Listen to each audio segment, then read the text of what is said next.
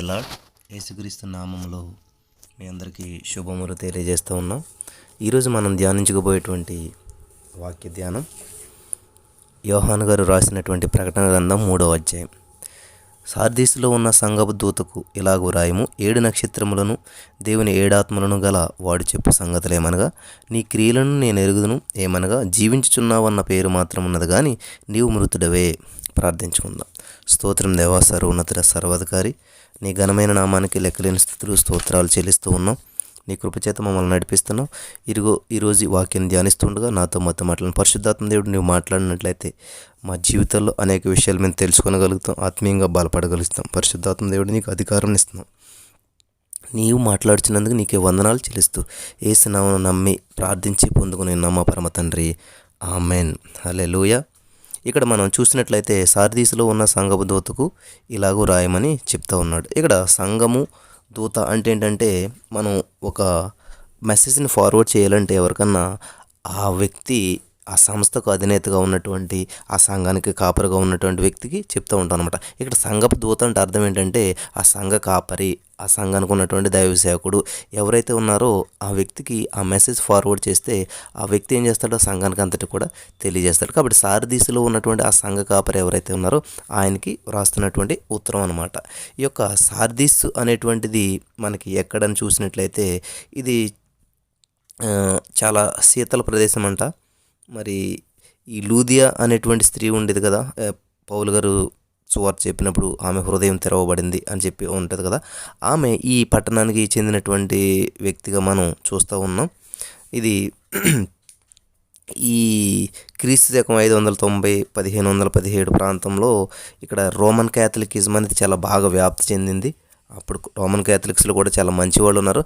కానీ ఎప్పుడైతే ఆ క్యాథలిక్స్ ఇన్నోసెంట్ అనేటువంటి ఆయన ఏం చేశాడంటే, ఆ టైంలో క్షమాపత్రాలు కూడా అమ్మాడంట డబ్బులకి. అంటే ఈ పత్రాలు మీరు కొనుక్కున్నట్లయితే క్షమించబడతారనేటువంటి విధానం కూడా జరిగినటువంటి ప్రదేశం. అదే సమయంలో 1517 సంవత్సరంలో మార్టిన్ లూథర్ కింగ్ గారు వచ్చారనమాట. ఈ తుయితైరా అనేటువంటి ఈ ఊరికి అకర్ అనే ఊరు ప్రస్తుతం మనం ఈ ఊరు కూలిపోయిందనమాట. తుయితైరా అనేటువంటి ప్రాంతానికి ప్రస్తుతం ఏంటంటే అకతీర్ అనేటువంటి ఊరు అనమాట. ప్రస్తుతం అది లేదు, ఇప్పుడు కూలిపోయిందనమాట. ఈ ఊరిలో సబాతిని అనేటువంటి దేవతకు ఆలయం ఉంది. అలాగే అపోలస్ అనే దేవుడికి కూడా ఆలయం ఉందన్నమాట. ఈ సార్దీస్ని సార్ట్ అనేటువంటి ఊరు ప్రస్తుతంగా పిలుస్తూ ఉన్నమాట. సార్దీస్ని సార్ట్ అనే ఊరు ప్రస్తుతం అన్నమాట. ఇది లూదియాకి రాజధాని అనమాట. క్రీస్తు శకం 17వ శతాబ్దంలో భయంకరమైనటువంటి భూకంపం రావటం వల్ల ప్రపంచంలోనే చాలా మునుపెన్నడూ లేనటువంటి ఆ భూకంపం వచ్చిందనమాట. అది రావడం వల్ల ఈ ఏదైతే సార్దీస్ ఉన్నదో అదంతా కూడా పాడైపోవటం జరిగిందనమాట. సో ఇక్కడ మనకి ఏం చెప్తున్నట్టు 7 నక్షత్రములను దేవుని 7 ఆత్మలు గలవాడు చెప్తున్న సంగతులని ఎందుకని వాడుతూ ఉన్నాడంటే, వీళ్ళ దృష్టిలో అక్కడ చక్రవర్తి మా దేవుడు, రాజే మా దేవుడు అనుకునే ప్రజలు ఉన్నారనమాట. అంటే రాజుకు మించినటువంటి వాడు లేడు, రాజు చాలా మహోన్నతుడు, గొప్పవాడు, ఈ పట్టణం పాడైపోయినప్పుడు అతను మనల్ని కట్టించాడు, బాగు చేశాడు, మనకి ఇలా చేశాడని చెప్పి అట్లాగా రాజే గొప్పవాడు అనుకుంటున్నటువంటి సమయంలో రాజు కంటే గొప్పవాడు ఒకడున్నాడు. ఏంటంటే 7 నక్షత్రములు 7 ఆత్మలు అంటే నక్షత్రాలని సృష్టించినటువంటి సృష్టికర్త రాజు కంటే గొప్పవాడు, నక్షత్రాల పైన ఉంటా వాటిని సృష్టించినటువంటి వాడు వాడికంటే పైన ఉన్నవాడు ఒకడు ఉన్నాడు, 7 ఆత్మలు అంటే ఆత్మస్వరూపైనడు అని చెప్పి చెప్తానికి, గుర్తు చేయటానికి రాజు కంటే గొప్పవాడు చెప్తున్న సంగతులు అని చెప్పి చెప్పడానికి ఈ యొక్క మాటని ఆ సంఘ కాపరికి వాడటం జరిగిందనమాట. చూడండి, చెప్పు సంఘం, నీ క్రియలను నేను ఎరుగుదును. ఏమనగా, జీవించుచున్నావన్న పేరు మాత్రం ఉన్నది కానీ నీవు మృతుడు. నీ క్రియలు నా దేవుని ఎదుట సంపూర్ణమైనవి కాను నాకు కనబడలేదు కనుక జాగరూకుడువై చావనయున్న మిగిలిన వాటిని బలపరచుము. నీవెలాగ ఉపదేశం పొందితో ఎలాగ వింటువో జ్ఞాపకం చేసుకొని దాన్ని గైకొని మారు మనసు పొందుము. నీవు జాగరూకుడవై యుండని ఎడల నేను దొంగవలె వచ్చేదను, ఏ గడియను నీ మీదకు వచ్చేదను నీకు తెలియనే తెలియదు. అయితే తమ వస్త్రములను అపవిత్రపరుచుకునే కొందరు సార్దీసులో నీ యొద్దనున్నారు. వారు అర్హులు గనుక తెల్లని వస్త్రములు ధరించుకుని నాతో కూడా సంచరించెదరు. జయించువాడు అలాగూ తెల్లని వస్త్రమును ధరించుకొనును. జీవగ్రంథంలో నుండి అతని పేరు ఎంత మాత్రము తుడుపు పెట్టగా నా తండ్రి ఎదుటను ఆయన దూతల ఎదుటను అతని పేరు ఒప్పుకొందును. సంగములతో ఆత్మ చెప్పుచున్న మాట చెవిగలవాడు వినుగాక. ఇది ఈ సంఘానికి రాసినటువంటి ఉత్తరం అనమాట. ఇందులో 3 సంఘాలు ఉన్నాయి కాబట్టి మనం త్వరగా ధ్యానించుకుందాం. చూడండి ఇక్కడ ఏం చెప్తున్నాడంటే, నీ క్రియలు నేను ఎరుగుదును, నువ్వు ఎట్లా ఉన్నావో ఏంటనేటువంటి విషయాన్ని ఈ సార్దీస్ సంఘానికి తెలియజేస్తూ ఉన్నాడు. ఈ సార్దీస్లో ఉన్నటువంటి ప్రజలు ఎట్లా ఉన్నారంటే నామకార్థపు సంఘం అయిపోయిందనమాట. అందుకని దేవుడు ప్రశ్నిస్తూ ఉన్నాడు. నామకార్థంగా ఒక ఏదో పైకి భక్తి గల వారు ఉంటున్నారు, కానీ దేవుని యొక్క శక్తిని ఆశ్రయించలేకపోతున్నారు. దేవుని యొక్క ఉద్దేశం ఏంటన్నది నెరవేర్చలేకుండా ఒక నామకార్థపు సంఘంగా ఉన్నటువంటి వీళ్ళకి చెప్తూ ఉన్నాడంట. భూకంపం అనేది ఎలా వచ్చిందంటే సడన్గా వచ్చింది, వాళ్ళు ఎవరు ఊహించలేదు. వాళ్ళంతా కూడా నాశనం అయిపోయారు. జాగరూకుడు అయి ఉండాలని చెప్పి ఎందుకని ఆయన ఆ మాటని ఆ పదాన్ని వాడాడంటే, వీళ్ళు భూకంపం వల్ల చాలా నష్టపోయాడు కాబట్టి, భూకంపం ఎలాగైతే చెప్పకుండా వచ్చిందో అలా నాశనం అయిపోరు. కానీ నేను చెప్తున్నాను, నేను జాగరూకుడినే ఉండు అంటే ఏంటి, నేను చెప్పే వస్తూ ఉన్నాను నీకు, నేను పలానా టైం వస్తాను, నేను వస్తానని సిద్ధపడి ఉండండి, కాబట్టి నేను మళ్ళీ వస్తాను, కాబట్టి చాలా కేర్ఫుల్గా ఉండండి, సిద్ధపడి ఉండండి అని సిద్ధపాటు కలగటానికి చెప్తున్నాడు అనమాట. భూకంపం వచ్చేదానికి వాళ్ళకి సిద్ధపాటు లేదు, సడన్గా వచ్చిందంతా కూడా నాశనం నష్టం వాటిని. దేవుని నామానికి మహిమ కలిగిన గాక. ప్రియమైనటువంటి సహోదరి స్నేహితులారా, మరి ఈ సంఘంతో చెప్తున్నటువంటి మాటలు ఈ రోజున మనం కూడా జాగరూకుడు అంటే జాగ్రత్తగా ఉండాలి, మెలకువ కలిగి ఉండాలి అనేటువంటి విషయాన్ని మనం గ్రహించవలసిన వారమై ఉన్నాం. మరి ఇక్కడ ఒక మాట ఉన్నది మనకి, దొంగ వలె నేను వచ్చేది, ఏ గడి వస్తానో తెలియదు, కాబట్టి మీరు చాలా జాగ్రత్తగా ఉండాలి, మెలకువగా ఉండాలి. తమ వస్త్రం అపవిత్రపరుచుకొనని కొందరు సార్దీసులోని అపవిత్రపరచుకోవటం అంటే ఏంటంటే ఏ విధమైనటువంటి లోకాశలకు లోనవ్వకుండా పవిత్రంగానే కొంతమంది జీవించారు. కాబట్టి వారు సార్దీసులో ఉన్నారు. అటువంటి వారు కూడా వారు అర్హులు కనుక తెల్లని వస్త్రం ధరించుకుని నాతో కూడా సంచరించెదరు. హల్లెలూయా. జయించువాడు అలాగని తెల్లని వస్త్రం ధరించుకుని జీవగ్రంథంలో నుండి అతని పేరెంత మాత్రము తుడుపు పెట్టగా నా తండ్రి ఎదుట ఆయనను దూతలు ఎదురు తుడిచిపెడతాం అంటే ఏంటంటే, మనం చిన్నప్పుడు స్కూల్లో పలక మీద ఏదైనా రాసినప్పుడు దాన్ని తుడిసేసి మళ్ళీ రాస్తాం. బ్లాక్ బోర్డ్ మీద కూడా ఏదైనా రాస్తే తుడిసి మళ్ళీ రాస్తుంటాం. ఎందుకంటే తప్పు రాసినప్పుడు మనం ఏం చేస్తాం, తుడిసి మళ్ళీ రాస్తాం. అంటే God never did a mistake అనమాట. దేవుడు తప్పు చేస్తాడా? చేయడు. మరి ఎందుకని ఆయన చెరిపేస్తానంటా ఉన్నాడు?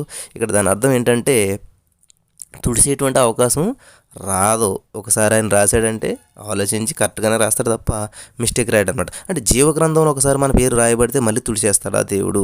చాలామందికి ఉండేటువంటి డౌట్ అనమాట. ఎందుకంటే మనకి మోసే అడుగుతాడు అనమాట, దేవా నా పేరు తుడిచేసి అని చెప్పేసి. పౌలు గారు కూడా అడుగుతాడు అనమాట. అంటే ఒకసారి రక్షించబడితే ఎప్పుడు రక్షించబడతాం అనేటువంటి భావన కొంతమందికి ఉంటుంది.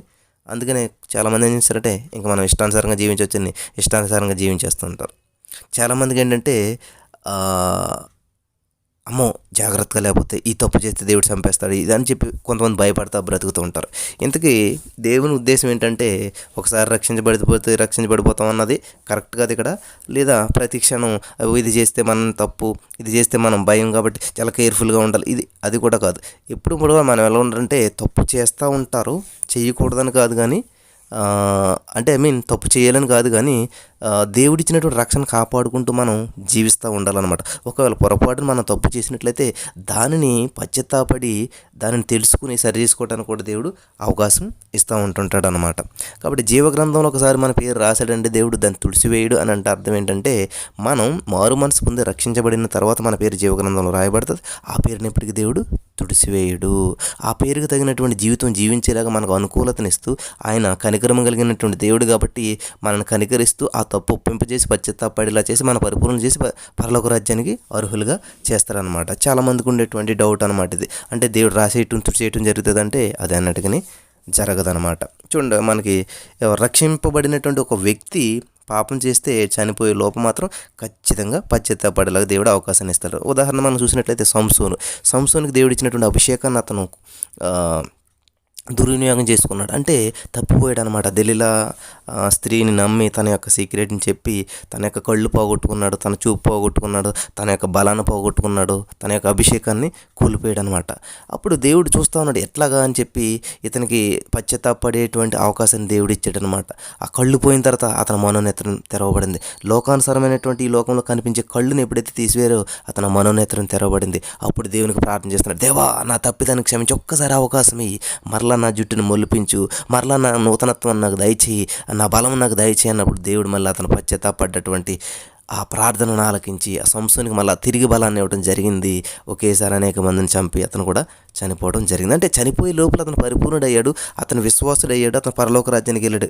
మరి ఎలాగెళ్ళాడు? విశ్వాస లిస్టులో ఉన్నాడని మనం చూసినట్లయితే హెబ్రీ పత్రికలో మనం గతంలో ధ్యానించుకున్నాం. 11:32 చూసినట్లయితే ఆ విశ్వాస లిస్టులో కూడా సంసోన్ పేరు ఉన్నది. అంటే అతను విశ్వాస అయినట్టే కదా, దేవుని నామానికి మహిమ కలిగిన గాక. కాబట్టి మరి అలా కాకుండా కొంతమంది పాపం చేస్తానే చనిపోతారు బ్రదర్, వాళ్ళ పరిస్థితి ఏంటి? ఒకటి ప్రియమైనటువంటి సహోదరి స్నేహితులరా, గతంలో ఒక ఎగ్జాంపుల్ గుర్తు చేసిన, ఒక పంది గొర్రె ప్రయాణం చేస్తూ ఉన్నప్పుడు గొర్రె బురదలో పడిపోతే అది ఏమాత్రం అక్కడ ఉంటాకి ఇష్టపడదు, ఎలాగైనా పైకి ఎక్కుతాక ప్రయత్నం చేస్తూనే ఉంటుంది, మ్యాక్సిమం పైకి ఎక్కుతుంది. ఒకవేళ ఎవరైనా వచ్చి దానికి సాయం చేసినా పైకి తీస్తారు. అదే పంది బురదలో పడ్డదనుకుని ఎంత ఎంజాయ్ చేస్తుంది, హాయిగా ఉంటుంది అనమాట. అంటే దాని స్వభావం అనేది విడిచిపెట్టలేదు. నిజంగా ఒకవేళ ఒక వ్యక్తి మారు మనసు పొంది కూడా పాపం చేస్తా చనిపోయాడు అంటే అతను నిజంగా మారు మనసు పొందినట్టు కాదనమాట. ఎందుకంటే నిజంగా మారు మనసు పొందినటువంటి వ్యక్తి పాపం చేయలేడు. పొరపాటున పాపంలో పడినా కానీ ఎంత అసహ్యంగా అనిపిస్తుంది అంటే దాన్ని విడిచిపెట్టి వచ్చి కడుక్కునేంత వరకు చాలా అసహ్యత కలిగి జీవిస్తాడు. ఎందుకంటే అతని నేచర్ అది కాదు కాబట్టి, అతను పరిశుద్ధపరచబడ్డాడు కాబట్టి అతను అందులో ఉండటానికి ఇష్టపడ్డాడు అనమాట. దేవునికి స్తోత్రం కలుగును గాక. ప్రియమైనటువంటి వారులారా, మరి ఈ యొక్క నామకార్థంగా ఉన్నటువంటి సంఘం గురించి దేవుడు చెప్తున్నటువంటి విషయాలు మనం అర్థం చేసుకున్నాం. తర్వాత మనం చూసినట్లయితే ఫిలదెల్ఫియా సంఘానికి రాస్తున్నటువంటి ఉత్తరం గురించి మనం చూసుకుందాం. ఫిలదెల్ఫియాలో సంఘపు దూతకి ఇలాగ రాయము, దావీదు తాళపు చెవి కలిగి ఎవడను వేయలేకుండా తీయవాడును, ఎవడను తీయలేకుండా వేయవాడునైన సత్యస్వరూపియకు పరిశుద్ధుడు చెప్పు సంగతులేవనగా, నీ క్రియలను నేను ఎరుగుదును, నీకు నా శక్తి కొంచెమైండును, నీవు నా వాక్యము గైకొని నా నామము ఎరుగలేదు. ఇదిగో తలుపు నీ ఎదుట తీసియుంచున్నాను, దానిని ఎవడను వేయనేరడు. యూదులు కాకే తాము యూదులమని అబద్ధమాడు సాతాను సమాజపు వారిని రప్పించేదను. వారు వచ్చి నీ పాదముల ఎదుట పడి నమస్కారం చేసి, ఇదిగో నేను నిన్ను ప్రేమించదని తెలుసుకున్నట్లు చేసేదను. నీ ఓర్పు విషయమై వాక్యము గైకుంటూ గనుక భూనివాసులను శోధించిన లోకమంతటి మీదకి రాబో శోధన కాలంలో నేను నిన్ను కాపాడేదను. నేను త్వరగా వచ్చుచున్నాను. ఎవడను నీ గిరియను సంహరింపకుండానట్లు నీకు కలిగిన దాన్ని గట్టిగా పట్టుకును. జయించు వానిని నా దేవుని ఆలయంలో ఒక స్తంభంగా చేసేదను. అందులో నుండి వాడు ఇక మీదట ఎన్నటికీ వెలుపలికపోడు. మరియు నా దేవుని పేరును పరలోకంలో నా దేవుని యొద్ద నుండి దిగి వచ్చుచున్న నూతనమైన యెరూషలేమును, నా దేవుని పట్టణం పేరును, నా కొత్త పేరును వాని మీద రాసేదను. సంగములతో ఆత్మ చెప్పుచున్నమాట చెవిగలవాడు వినుగాక. హల్లెలూయా. కాబట్టి ఇక్కడ ఫిలదెల్ఫియా సంఘానికి చెప్తా ఉన్నాడు. 17 నుంచి 18వ సెంచరీ అంటే శతాబ్దాల మధ్యలో ఇక్కడ డేవిడ్ లివింగ్స్టన్, మంచి దైవ సేవకులైనటువంటి వారంతా కూడా, విలియం కేరీ లాంటి వారు ఈ శతాబ్దాల్లో ఈ టైంలో రావటమే జరిగిందన్నమాట. 1842లో మరి ఫెడరిక్ హ్యామర్ అనేటువంటి ఒక ఆయన గుంటూరు రావడం జరిగిందంట. 1864 సంవత్సరంలో సర్ కెనన్ గారు, అలెగ్జాండర్ గారు అనమాట, ఆయన ఏలూరు రావడం జరిగిందంట. 1862 సంవత్సరంలో పెన్ అనేటువంటి దొరగారు కూడా మచిలీపట్నం వచ్చారంట ఆయన. కాబట్టి నెల్లూరులో లో స్టార్ చర్చిలో కూడా అప్పుడే ఇవన్నీ ప్రారంభించడం జరిగిందంట. ఒంగోలులో మరి జాన్ క్లోగర్ గారు 1864లో పరిచర్య చేశారంట. ఇవన్నీ కూడా మనకి భారతదేశానికి, ఈవెన్ మన ఆంధ్ర, తెలంగాణ ఈ ప్రాంతాల్లో కూడా మరి సువార్త వ్యాపించడం కూడా మనం ఇవన్నీ కూడా ఈ 17, 19 ఈ మధ్యలో, ఈ శతాబ్దాల మధ్యలో చూడండి, దేవుడు చెప్తున్నాడు నేను డోర్లు ఓపెన్ చేశాను అంటే సువార్త ప్రకటించడానికి చక్కటి మార్గాలను నేను ఓపెన్ చేశాను అని చెప్తా ఉన్నాడు అనమాట. దేవునికి స్తోత్రం. ఈ ఫిలదెల్ఫియాని టర్కీలో ఇప్పుడు ఏమంటారంటే అల్లా సహన్ అంటారనమాట. సహన్ అంటే ఏంటంటే ఊరని అర్థం అనమాట. కాబట్టి టర్కీలు మొత్తంలో చాలా అత్యధికమైనటువంటి క్రైస్తవులు ఉన్న పట్టణం ఏంటంటే అల్లా సహన్ అనమాట. ఈరోజు కూడా అక్కడ అత్యధికమైనటువంటి క్రైస్తవులు ఉండటానికి కారణం ఏంటంటే అప్పుడు ఈ 17, 19 శతాబ్దాల్లో చేసినటువంటి పరిచర్య దేవుడు ఆశీర్వదించిన విధానాన్ని బట్టి ఇప్పటికి కూడా ఇంచుమించు అక్కడ ఒక 15,000 మంది ఉన్నటువంటి ఊరంట ఈ అల్లా హసన్లో. ఈ 15,000 మంది ఉన్నటువంటి ఊర్లో కూడా 11 పెద్ద మసీదులు కట్టారంట. ఎందుకనంటే అక్కడ క్రైస్తవులు లేకుండా చేయాలి, ఎలాగైనా ప్రభావితం చేయాలని చెప్పి. అంత పెద్ద 11 మసీదులు ఉన్నప్పటికీ 15,000 మంది ఉన్నటువంటి అల్లాహాసన్లో 5,000 మంది క్రైస్తవులు దొంగతనంగా ఉన్నారంట. దేవునికి స్తోత్రం. ఫిలదెల్ఫియా అనేటువంటిది ఒక రాజుగారు కట్టించినటువంటి ఊరు అనమాట. కాబట్టి దాన్ని ఏమంటారంటే ఆ ఊరికి పేరేంటంటే బ్రదర్లీ లవ్ అనేటువంటి అర్థం అనమాట ఫిలదెల్ఫియా అనేటువంటి దానికి. అతోలస్ అనేటువంటి చక్రవర్తి చాలా మంచివాడు అనమాట. ప్రజలను చాలా ప్రేమించేవాడు, ప్రజలకు చాలా దగ్గరగా ఉండేటువంటి వాడు. కాబట్టి ఏం చేశారంటే ఆయన పేరు మీద కట్టినటువంటిదే ఈ ఫిలదెల్ఫియా అనేటువంటి ఊరు అనమాట. ఈ సంఘంలో క్రైస్తవులు ఎలా ఉన్నారంటే, ఎలా వచ్చారంటే ఈ సంఘానికి క్రైస్తవులు, ఈ అపోస్తులైన పౌలు గారు మరి ఎఫెసీ పట్టణంలో సువార్త ప్రకటన చేస్తూ ఉన్నప్పుడు ఈ మనకు తెలుసు కదా, ఈ కొలస్సీ నుంచి ఈ మిగతా అట్లా ప్రదేశాల నుంచి వచ్చినటువంటి ప్రజలు అక్కడికి క్రైస్తవులు వచ్చారనమాట. ఈ ఫిలదెల్ఫియా వారికి దేవుడు ఒక ఎస్యూరెన్స్ ఇస్తూ ఉన్నాడు అనమాట. అంటే ఒక కాన్ఫిడెంట్ లెవెల్ ఇస్తూ ఉన్నాడు, నేను చేస్తాను మీకు అని చెప్పేసి. మనం ముఖ్యంగా గమనించదగ్గ విషయం ఏంటంటే ఈ టైంలోనే బైబిల్ అనేక విధాలుగా ముద్రించడం జరిగింది. బైబిల్ని ఈవెన్ మనకి తెలుగు భాషలో కూడా బైబిల్ రావడం ఈ కాలంలోనే వచ్చిందనమాట. దేవునికి స్తోత్రం, హల్లెలూయ.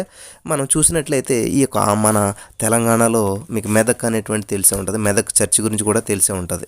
మరి పాస్నెట్ అనేటువంటి ఒక ఆయన మెదక్ ప్రాంతం వచ్చి చర్చ్ కట్టాలని ఆశ కలిగిందంట. ఎందుకంటే ఆ మెదక్లో చాలా విపరీతమైన కరువు ఉన్నది, తినడానికి తిండి లేనటువంటి పరిస్థితి ఏర్పడ్డప్పుడు మరి ఈ నిజాం గారు ఏం చేశారంటే సరేలే అని చెప్పి నేను చర్చ్ కడతాను అని చెప్పి అన్నప్పుడు ఆయన ఒప్పుకున్నాడంట.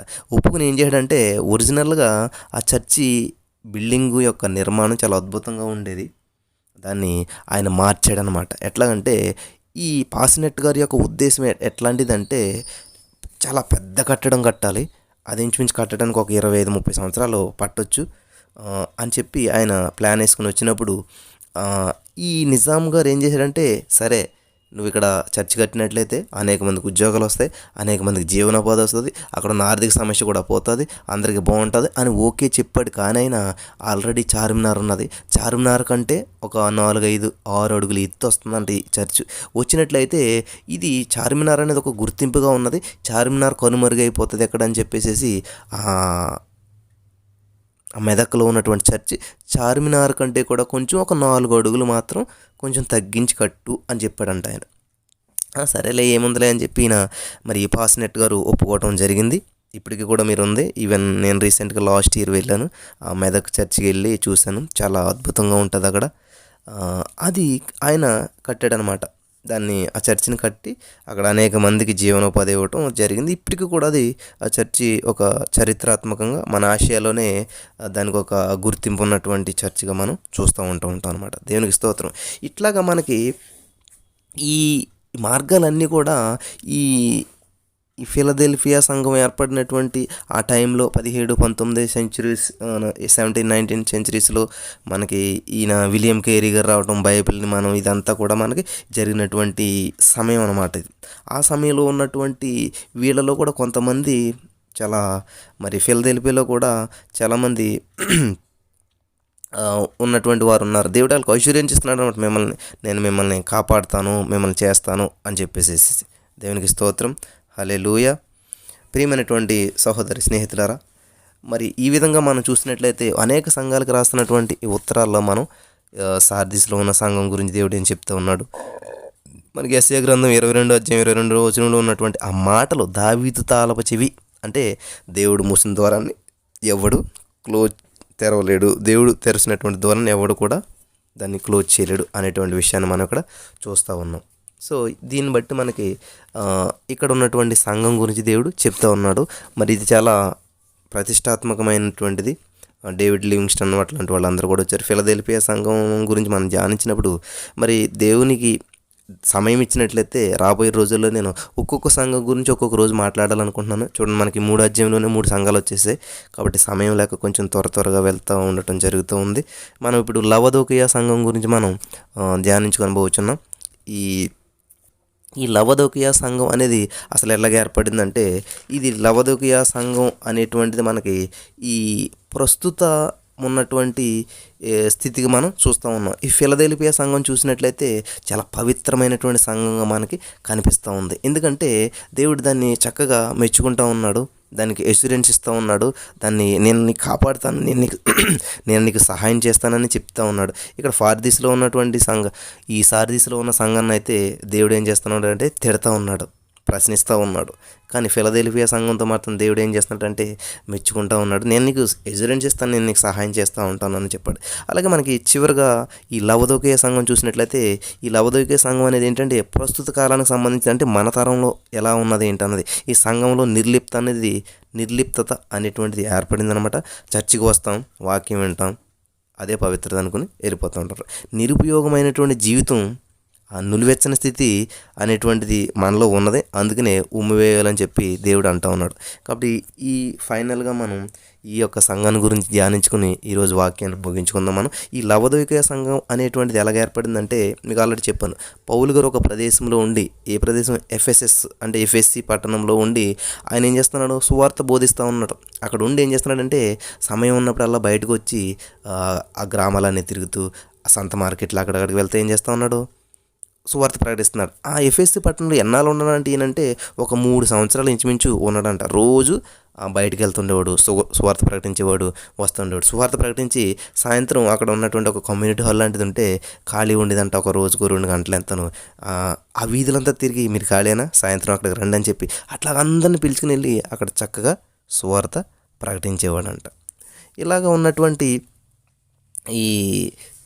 ఈ సంఘాలు ఏర్పడ్డాయంట. కొన్ని సంఘాలు ఎలాగ ఏర్పడ్డాయంటే ఈరోజు ఈ విధంగా నేర్చుకున్నటువంటి వాళ్ళే మనకి వెళ్ళి వాళ్ళు ఏం చేశారంటే చిన్న సంఘాలు చేశారనమాట. ఈయన ఎఫెసులో ఉండి అపోస్తులైనటువంటి ప్రభువులు ప్రకటిస్తున్నటువంటి సువార్త, ఆయన ఎఫెసులోనే ఉన్నాడు, కానీ సువార్త 6-7 దేశాల దాకా సువార్త వెళ్ళిపోయిందంట. పౌలు గారు మాత్రం వెళ్ళలేదు, కానీ పౌలు గారు ప్రకటించినటువంటి సువార్త మాత్రం ఈవెన్ కంట్రీస్కి వెళ్ళిపోతూ ఉంది. ఈవెన్ జీసస్ ఆల్మైటీ గాడ్లో కూడా మనం ఒక చోట ఉండి ప్రకటిస్తూ ఉన్నాం. ఇది వివిధ కంట్రీలకి యూట్యూబ్ ద్వారా, చక్కగా వాట్సాప్ ద్వారా అనేక కంట్రీలకు సువార్త వెళ్తూ ఉంది. కాబట్టి మనం వెళ్ళలేనటువంటి ప్రదేశాలకి సువార్త ఖచ్చితంగా వెళ్తుంది. మనం చూడనటువంటి ప్రదేశాలని దేవుని వాక్యం ఖచ్చితంగా చూడగలుగుతుంది. మనం వెళ్ళనటువంటి ప్రదేశాలకి దేవుని మాట వెళుతుంది. హల్లెలూయా, దేవునికి స్తోత్రం. కాబట్టి దేవుడిచ్చినటువంటి జ్ఞానాన్ని బట్టి మనం కష్టపడి పనిచేస్తున్నప్పుడు, ఇష్టంతో పనిచేస్తున్నప్పుడు, దేవుని పని అశ్రద్ధగా కాకుండా శ్రద్ధగా పనిచేస్తున్నప్పుడు అదేం చేస్తూ ఉంటుందంట, వివిధ దేశాలకి వెళ్తూ ఉంటుందంట. ఈ ఎఫెస్సి పట్టణానికి 100 కిలోమీటర్ల దూరంలో ఉన్నటువంటి కొలసి అనేటువంటి పట్టణం ఉండేది. అక్కడ నుంచి ఒక కుర్రోడు వచ్చాడనమాట, ఒక అబ్బాయి వచ్చాడు. ఆయన పేరే ఎఫెఫ్రా. ఈ ఎఫెఫ్రా అనేటువంటి వాడు ఎఫెస్సిలో ఈ పౌలు గారి దగ్గర ఈ సువార్త చేస్తున్నటువంటి సమయంలో హార్డ్లీ ఒక 7 to 10 days మాత్రమే ఉండి పౌలు గారు చెప్పినటువంటి బోధ అంతా విని ఆయన ఏం చేయడంట, కొలసి వెళ్ళిపోయాడంట. వాళ్ళ ఊరు వెళ్ళిపోయి ఏం చేశాడు, ఆ కొలసీలో ఒక సంఘాన్ని స్థాపించాడంట. దానికి ఒక కొంచెం దూరం, ఒక 2-3 కిలోమీటర్ల అటు ఉంటున్నటువంటి ఇంకో ప్రదేశానికి వెళ్ళి హీరాపోలి అనేటువంటి అక్కడ ఒక సంఘాన్ని స్థాపించాడంట. అది 2వ సంఘం అనమాట. దానికి ఇంకొక 6 కిలోమీటర్లు వచ్చి కొంచెం దూరం వెళ్ళిన తర్వాత అక్కడ ఏం చేశాడంటే అక్కడో సంఘం, 3వ సంఘాన్ని స్థాపించాడంట. ఆ 3వ సంఘం పేరే లవదోకియా అనమాట. అర్థమైంది అనుకుంటాను అందరికీ. దయచేసి కొంచెం వాక్యం స్పీడ్ అవుతూ ఉండొచ్చు, దయచేసి కొంచెం మీరు ఒక అర్థం అవ్వకపోతే రెండోసారి అన్న వినాలని చెప్పి ప్రభు పేరట మీ అందరికీ కూడా తెలియజేస్తూ ఉన్నాం. మరి ఇలాగా క్రీస్తు శకం 55-57 సంవత్సరాల్లో ఈ యొక్క ఎఫెఫ్రా అనేటువంటి ఆయన ఈ పౌలు గారి దగ్గర నేర్చుకున్నటువంటి వాక్యాన్ని బట్టి ఆయన ఏం చేయడంటే ఒక సంఘాన్ని స్థాపించాడు. అదే లవదోకియా. హల్లెలూయా, దేవునికి స్తోత్రం. ఈ లవదోకియా సంఘానికి ఈ యోహాను గారు ఈ ఉత్తరం ఈ సంఘాలకి చూడండి, మనకి కొలసీకి ఈయన పౌలు గారు కూడా ఒక ఉత్తరం రాశాడు. కొలసీ పత్రికని చదువుకుంటాం. ఎఫెఫ్రా స్థాపించినటువంటి కొలసీ అంటే కొలసీ సంఘాన్ని పౌలు గారు స్థాపించలేదు, పౌలు గారు వెళ్ళలేదు, కానీ ఎఫెఫ్రా ద్వారా నేర్చుకుంటున్నామని చెప్పి మనకు అక్కడ కనిపిస్తూ ఉంటుంటుంది. అంటే ఎఫెఫ్రాని కేంద్రంగా పెట్టుకుని రాశాడనమాట. మరి వీటికి కూడా దేవుడు రాశాడా అంటే లవదోకియా వీటిలన్నిటికి రాశాడంట ఉత్తరం, కానీ అది ఏమైపోయిందో దేవుడు మనకి కనుమరుగు చేశాడనమాట. దాంతో అవసరం లేదేమో కాబట్టి. ఇక్కడ చూడండి, మనకి ఇక్కడ ఈ లవదోకియా సంఘానికి యోహాను చేత దేవుడే రాయిస్తూ ఉన్నాడు. పౌలు గారు రాసిన లెటర్ ఏమైందో మిస్ అయిపోయిందో తెలియదు, కానీ మనకి ఈ యేసు ప్రభు వర్మ రాస్తున్నటువంటి మాటలు ఇక్కడ మనకి కనిపిస్తూ ఉన్నాయి. మనం చూడండి, ఇప్పుడు ఈవెన్ మొబైల్స్లో బైబిల్స్ డౌన్లోడ్ చేసుకుంటుంటాం. యేసు ప్రభు వర్మ మాట్లాడినటువంటి మాటలు అన్నీ కూడా కొన్ని రెడ్గా కనిపిస్తూ ఉంటాయి. రెడ్ బైబిల్ ఉంటుంది. రెడ్ బైబిల్ అంటే ఏంటంటే మన బైబిల్ యాక్చువల్గా తెల్ల పేపర్ మీద నల్ల అక్షరాలు ఉంటాయి అంతే. కానీ కొన్ని ప్రత్యేకమైన బైబిల్స్ ఉంటాయి, కొంచెం రేట్ ఎక్కువ ఉంటాయి. అవి ఏంటంటే యేసు ప్రభు వారి నోటి నుంచి వచ్చిన ప్రతి మాట కూడా రెడ్గా ఉంటుంది అనమాట, మిగతా అన్నీ నల్లగా ఉంటాయి. మామూలు మనుషులు మాట్లాడిన, ప్రవక్తలు మాట్లాడి, కేవలం యేసుక్రీస్తు ప్రభు వారు మాట్లాడినటువంటి మాటలు మాత్రం రెడ్ కలర్లో ఉంటాయి. దాన్ని రెడ్ బైబిల్ అని చెప్పి, రెడ్ లెటర్స్ అని చెప్పేసి అంటూ ఉంటుంటారు అనమాట. సో ఇక్కడ గమనించదగ్గ విషయం ఏంటంటే, ఈ సంఘం ఏర్పడినటువంటి ఒక 30-35 సంవత్సరాలకి ఈ ఉత్తరం రాశారనమాట. క్రీస్తు శకం మరి 260లో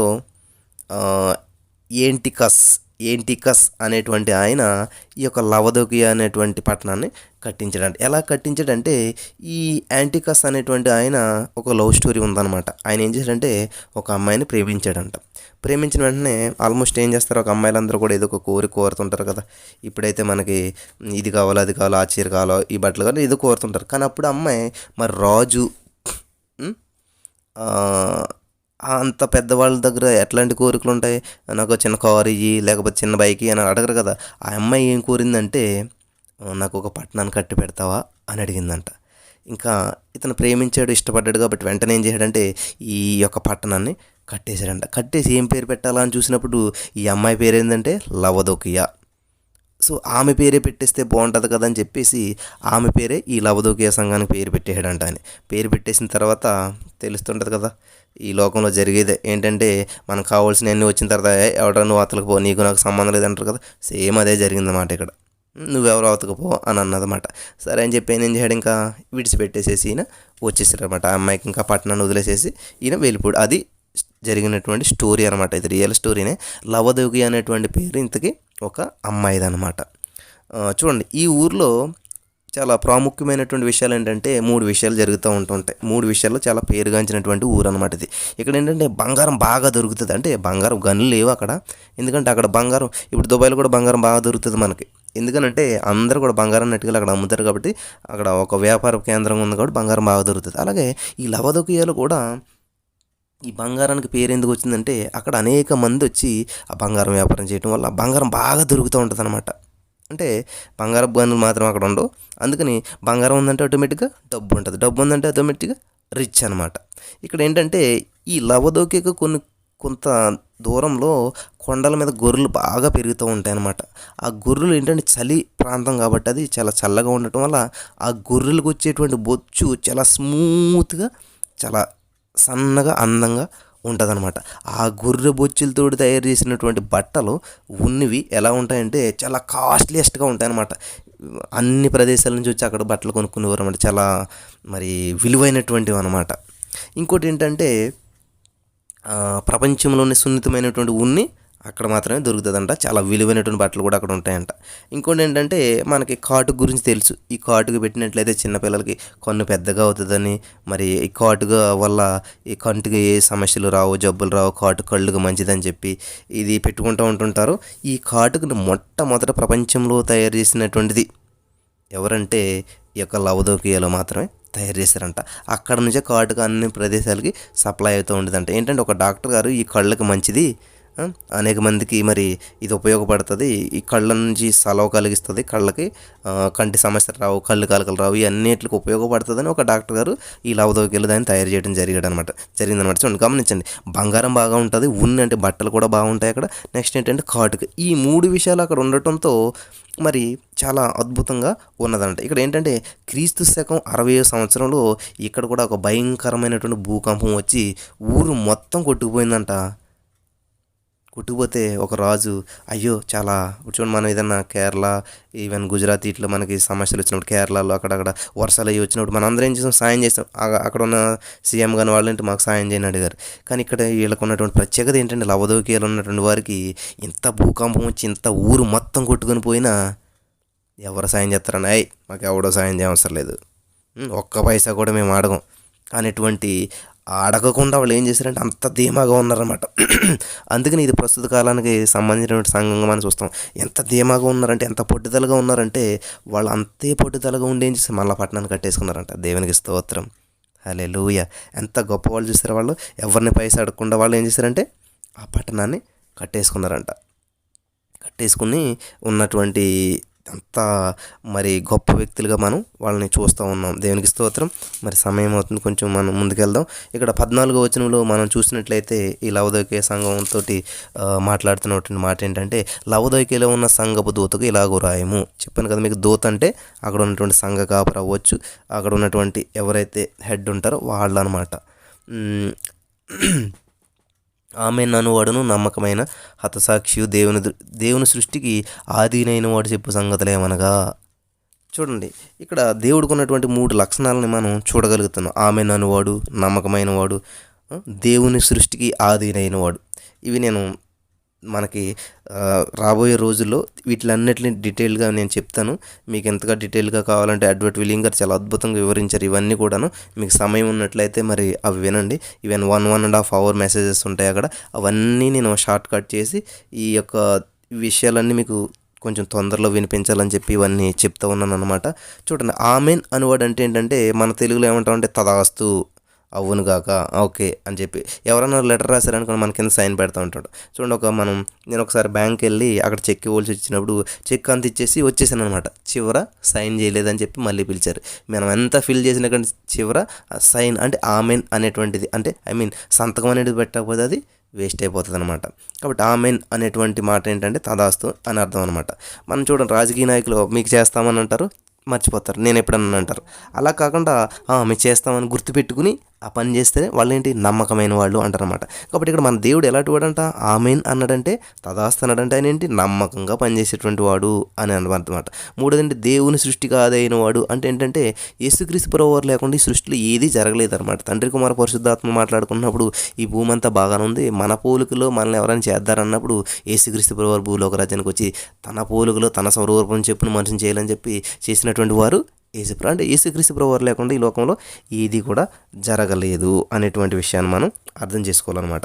ఇక్కడ 14వ వచనం చూసినట్లయితే యేసుక్రీస్తు ప్రభువారు ఎలాంటి వాడు ఏంటి అనేటువంటి విషయాలు మనకి తెలియజేస్తూ ఉంది.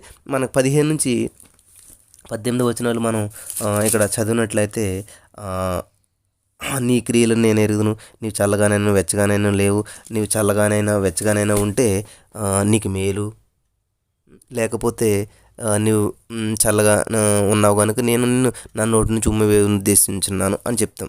మనం ఈ వాక్యం చదివినప్పుడు అంటే భక్తిగానన్నా ఉండాలి, భక్తిహీనంగానే ఉండాలి, లేకపోతే మనం పాడైపోతాము, ఇది కరెక్ట్ కాదు అనేటువంటిది అనుకుంటూ ఉంటుంటాం. ఇక్కడ మనం అర్థం చేసుకోవాల్సింది ఏంటంటే, ఈ లవదోకియాకి రాసినటువంటి సందర్భంలో అసలు ఎందుకని ఈ మాట అన్నాడు అనేటువంటిది మనం అర్థం చేసుకుంటే, అడ్వర్ట్ విలియం గారు చాలా అద్భుతంగా వివరించారు. నేను విన్నాను కాబట్టి అది చెప్తూ ఉన్నాను.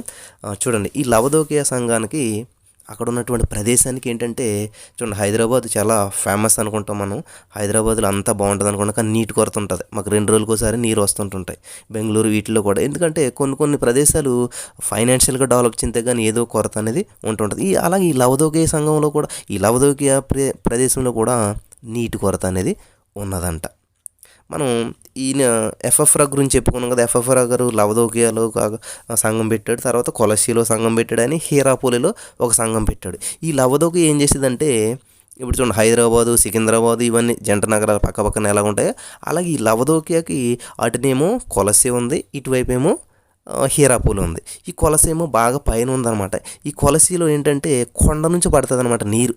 ఆ కొండ ప్రాంతం నుంచి కిందకి పడటం వల్ల చాలా చల్లగా, చాలా అది తాగిన ఆ నీళ్ళు ఆ కొండ నుంచి పడ్డ వెంటనే నీళ్ళు తాగితే చల్లగా ఉంటాయి, చాలా టేస్టీగా ఉంటాయి, చాలా బాగుంటాయి అన్నమాట. ఈ హీరాపూలి అంటే ఏంటంటే, హీరాపూలి బాగా క్రింద ఉన్నటువంటి ప్రదేశం అనమాట. హీరాపూలిలో నీళ్ళు ఎలాగొస్తాయంటే భూమిలోంచి తీసుకోవాలన్నమాట. హీరాపూలిలో నీళ్లు తీసుకోవడానికి ఏంటంటే కింద భూమిలో అక్కడ ఏంటంటే అగ్నిపర్వతాలు దాగి ఉన్నాయి అనమాట. అంటే అగ్నిపర్వతాల్లోంచి నీళ్ళు వస్తుంది అనమాట. ఆ నీళ్ళు అగ్నిపర్వతాలు ఉండటం వల్ల అక్కడ నుంచి వచ్చినటువంటి నీళ్ళు ఎలా ఉంటుంది, మరుగుతా వేడిగా ఉంటుంది అనమాట. ఎందుకనంటే కింద అగ్నిపర్వతాలు ఉన్నాయి కాబట్టి. ఆ అగ్నిపర్వతాల ప్రభావంతో వచ్చినటువంటి నీటిలో సల్ఫర్ అనేది బాగా ఎక్కువగా ఉంటుంది అనమాట. సల్ఫర్ అనేటువంటి మందు ఉండటం వల్ల ఈ నీళ్ళు మనకి ఎక్కడైనా పొరపాటున కాళ్ళ మీద కానీ ఎక్కడైనా పడితే ఏమన్నా గజ్జి, తామర ఇలాంటివి ఉంటే వెంటనే తగ్గిపోతాయంట. అదే మనం ముఖం కడుక్కుంటే ఆ నీళ్ళతోటి పింపుల్స్ అన్నీ పోయి అప్పుడే బ్యూటీ పార్లర్కి వెళ్ళి వచ్చినంత ఫ్రెష్గా మనకి కనిపిస్తాయండి. దయచేసి అర్థం చేసుకోవాలి. ఇవన్నీ ఎందుకు చెప్తున్నానంటే, లవదోకియాలో నీటి కొరత ఉన్నది. ఆ నీటి కొరత ఉండటం వల్ల ఈ లవదోకియా ఏమో రిచ్ అన్నమాట, చాలా ఉన్నటువంటి ప్రదేశం, అది బాగా రిచ్ కంట్రీ, ఇది రిచ్ సిటీ అవ్వటం వల్ల వీళ్ళు ఏం చేశారు, మనకి ఎలాగ నీళ్ళు లేవని చెప్పేసి ఈ హీరాపూర్ నుంచి ఒక పైప్ లైను, ఈ యొక్క కొలసి నుంచి ఒక పైప్ లైన్ వేసుకున్నారంట. అంటే నీళ్ళని దిగుమతి చేసుకుంటున్నారన్నమాట అక్కడ నుంచి. ఇది కొన్ని కిలోమీటర్ల దూరం ఉండటం వల్ల ఏమైందంటే, ఒక పైప్ లైన్ అక్కడ నుంచి, ఒక పైప్ లైన్ ఇక్కడ నుంచి, రెండు నీళ్ళు ఇక్కడికి వస్తున్నసరికి ఆ కొండల నుంచి వచ్చినటువంటి నీళ్ళు ఎంత చల్లగా ఉంటుంది, కానీ అక్కడ నుంచి ఇక్కడికి వచ్చేసరికి, ట్రావెల్ చేసి వచ్చేసరికి ఏమైపోయింది, చల్లటి నీళ్ళు కాస్త వేడిగా అయిపోతుంది. ఈ హీరాపూర్లో ఉన్నటువంటి వేడి వేడి నీళ్ళు కాస్త అక్కడ నుంచి ప్రయాణ చేతిలోకి చల్లగా అయిపోతుంది. అంటే చూడండి, మనకి మీకు బాగా అర్థం అవడానికి ఒక ఎగ్జాంపుల్ చెప్తాను. ఒకసారి నేను మా ఫ్రెండ్ ఇంటికి వెళ్ళాను అనమాట. చాలా వేడిగా ఉంది వాతావరణం అంతాను. ఇంటికి వెళ్తే వాడు ఏం చేశాడంటే, కూడా ఉండరా కూల్ డ్రింక్ తెస్తానని చెప్పి ఇంట్లోకి వెళ్ళి వచ్చాడు. వాళ్ళకి ఫ్రిడ్జ్ లేదనమాట. ఆ కూల్ డ్రింక్ పట్టుకొచ్చి వేసిస్తే, నేను చల్లగా ఉంటుందని నేను నోటి దగ్గర పెట్టుకుంటే అది చాలా వేడిగా ఉందన్నమాట. నాకు అది నోట్లో పెట్టుకున్నాను కానీ ఊసే ఉద్దేశింది అనమాట, అంటే ఉమ్మువే ఉద్దేశింది అనమాట. అట్లాగే ఒకరోజు ఒక సాయంత్రం మా ఫ్రెండ్ వాళ్ళ ఇంటికి వెళ్తే చాలా వర్షం తడుచుకుంటూ వెళ్ళాం. అరే తడిసి వచ్చావు కదా నీకు అని చెప్పి టీ ఇస్తానని చెప్పాడు. ఏం చేశాడంటే, ఇంట్లోకి వెళ్ళి టీ పట్టుకొచ్చి ఇచ్చి చాలా చల్లబడిపోయినటువంటి టీ ఇచ్చాడు. మనకి చల్లగా ఉన్నప్పుడు వేడి టీ ఇస్తే బాగుంటుంది, కానీ టీ వేడిగా ఉంటేనే బాగుంటుంది, చల్లబడిపోతే బాగుంటుందా? అలాగే ఇక్కడ మీకు అర్థం అవటగానే విషయం చెప్పాను. ఇక్కడ చూడండి, ఈ కొలసి నుంచి, కొండ నుంచి వస్తున్నటువంటి నీరు చల్లగా ఉన్నప్పుడు తాగితేనే దాని టేస్ట్ బాగుంటుంది, లేకపోతే ఉమ్మి వేయబడదు, అనిపిస్తుంది అనమాట. అలాగే ఈ హీరాపూల్ నుంచి ఆ వేడి నీళ్ళు మాత్రం తాగితేనే మనకి బాగుంటుంది, అది చల్లబడిపోతే బాగోదు. అలాగే దాన్ని దేవుడు ఎందుకని వాడారంటే, అక్కడ ఉన్న ప్రజలకు అర్థమవుతుందని చెప్పి, నువ్వు చల్లగానైనా ఉండాలి, వెచ్చగానైనా ఉండాలి. అంటే హీరాపూల్ నుంచి వచ్చిన నీరు వేడిగానే ఉండాలి, ఈ కొలసి నుంచి వచ్చినటువంటి నీరు చల్లగానే ఉండాలి అనేటువంటి ఉద్దేశంతో వాళ్ళకి అర్థమవుతుంది అని చెప్పి ఈ యొక్క మాటను వాడటం మనం చూస్తూ ఉన్నాం అనమాట. హల్లెలూయా. కాబట్టి నీవు వెచ్చగానైనను చల్లగానైనను ఉండగా, అంటే వెచ్చగా ఉన్నా మంచిదే, చల్లగా ఉన్నా కూడా మంచిదే. ఇటు అంటే అటు ఇటు కానటువంటి స్థితి మనకి ఉండకూడదు. నులివెచ్చగా కనుక నేను నిన్ను నా నోటి నుంచి ఊమవేయని ఉద్దేశించున్నాను. నీవు దౌర్భాగ్యుడవు, దిక్కుమాలిన వాడవు, దరిద్రుడవు, గుడ్డివాడవు, దిగంబరుడు అయినావు అని చెప్పి 5 తిట్లు తిడతా ఉన్నాడు ఇక్కడ దేవుడు. చూసారా, 5 తిట్లని దేవుడు తిడతా ఉన్నాడు. ఎందుకనంటే ఇక్కడ చూడండి, మనకి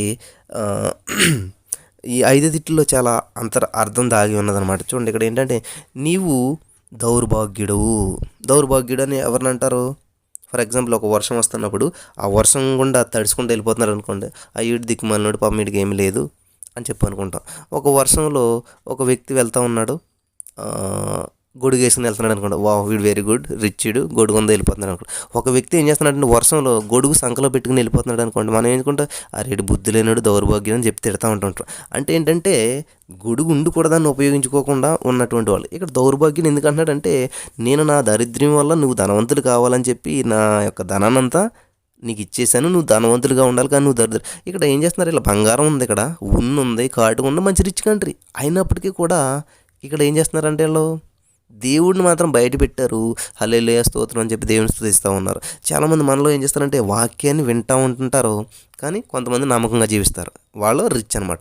కొంతమంది వాక్యం అంటేనే తెలియదు అనమాట, వాళ్ళు ఏంటంటే అసలు ఏమి తెలియని వాళ్ళు. కొంతమంది ఏం చేస్తారంటే, వాక్యం వింటారో కానీ దాన్ని మాత్రం పట్టించుకోరు అనమాట, అట్లాంటి వాళ్ళు అనమాట. అందుకని దేవుడు తిడతా ఉన్నాడు, దౌర్భాగ్యుడవు అని చెప్పేసి, దిక్కుమాలిన వాడవు. అంటే ఇక్కడ చూసినట్లయితే ఈ లవదోకి ఎలా ఉన్నదంటే, ఒక సిటీ అనమాట. సార్దీన్స్ నుంచి ఒక రోడ్డు ఉంది, ఎఫెస్ నుంచి ఒక రోడ్డు ఉంది, పెర్గమస్ నుంచి ఒక రోడ్డు, స్ముర్నా నుంచి, ఈ 4 ఊర్ల నుంచి రోడ్లు ఇక్కడికి వస్తున్నాయి. ఎందుకంటే వ్యాపారపు ఇల్లుగా మారిపోయింది కాబట్టి అనేక మంది వచ్చి ఇక్కడ వ్యాపారం చేసుకుంటున్నారు, చక్కగా బలపడుతున్నారు. కానీ వీళ్ళకి మాత్రం ఏ దారి తెలియకుండా వీళ్ళు ఉన్నారనమాట. అందుకనే దౌర్భాగ్యం అంటూ ఉన్నాడు. నేను భాగ్యవంతుడిగా నేను చేశాను, కానీ నువ్వు దౌర్భాగ్య స్థితిలో ఉన్నావు అని చెప్పేసి అన్నాడు అనమాట. బంగారం బాగా ఉంది, కానీ ఇక్కడ బ్రతుకులు మాత్రం సరిగా లేవన్నమాట.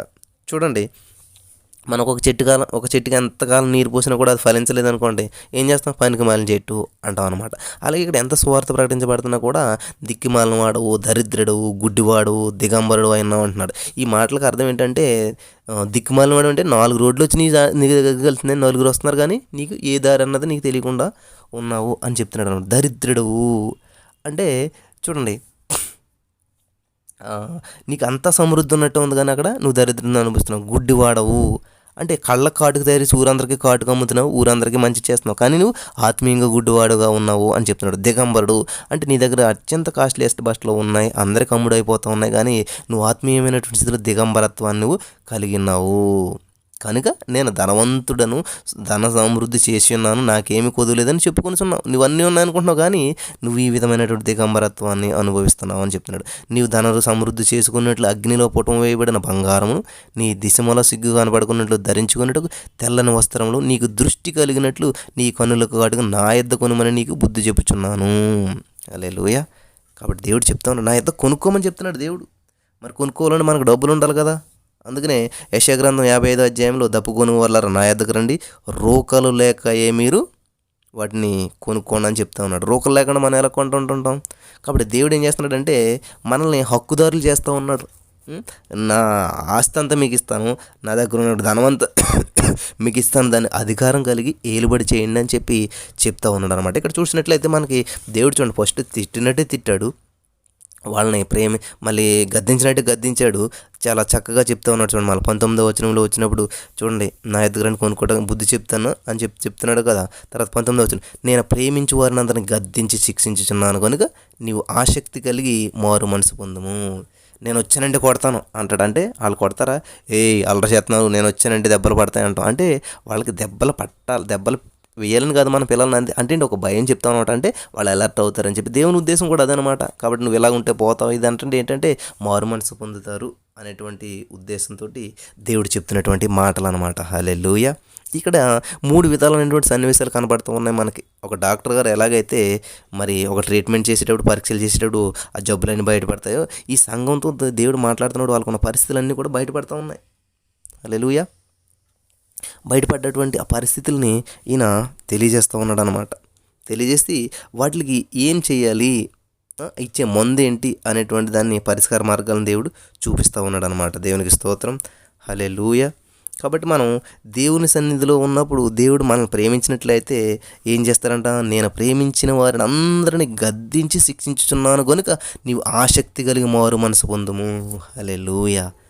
కాబట్టి మనం మారాలన్న ఉద్దేశంతో దేవుడు మనల్ని గద్దిస్తాడు, శిక్షిస్తాడు, మనల్ని ప్రేమిస్తున్నాడు. కాబట్టి తండ్రి తను ప్రేమించిన కుమారుని ఏం చేస్తాడని గద్దించి శిక్షించును అన్నట్లు, నేను ప్రేమించిన వారందరినీ గద్దించి శిక్షించున్నాను కనుక నీవు ఆసక్తి కలిగి మారు మనసు పొందుము. హల్లెలూయా.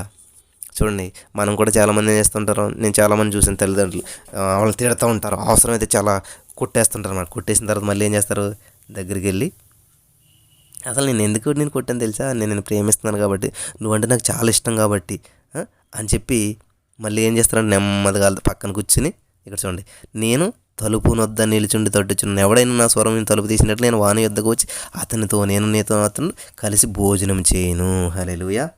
ఇక్కడ భోజనం చేయటం అంటే అర్థం ఏంటంటే సహవాసం కలిగి ఉండటం అంట.